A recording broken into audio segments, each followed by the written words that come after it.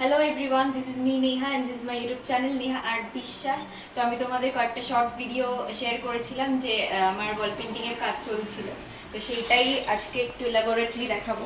হচ্ছে এখান থেকে স্টার্ট করছি। এটা মেইনলি বিষ্ণুর দশাবতার গেছে, যে মৎস্য, কুম্ভ, বরাহ, এটা জানি না, নরসিংহ অবতার, তারপরে গেছে রাম, পরশুরাম, কৃষ্ণ, বুদ্ধ, তারপরে আমি জানি না, মেইনলি 10টা অবতার আছে।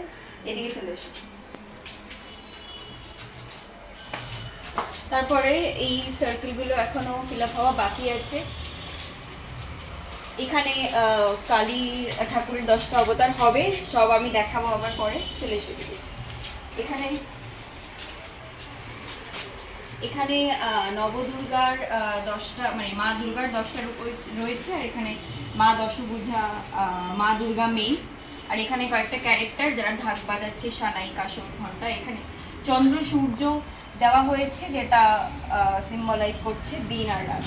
এখানে সবার নাম লেখা আছে: শৈলপুত্রী, ব্রহ্মচারিণী, চন্দ্রঘণ্টা, কুষ্মান্ডা, স্কন্দমাতা, কাত্যায়নী, কালরাত্রি, মহাগুরু, সিদ্ধিদাতা। বাইরে চলে এসো। এখনো এই পুরো যতদূর তোমরা লাল দেখতে পাচ্ছ ততদূর কাজ চলবে, সব আমি আস্তে আস্তে আপডেট দেব। আচ্ছা, এখানে রয়েছে একটা গণেশ।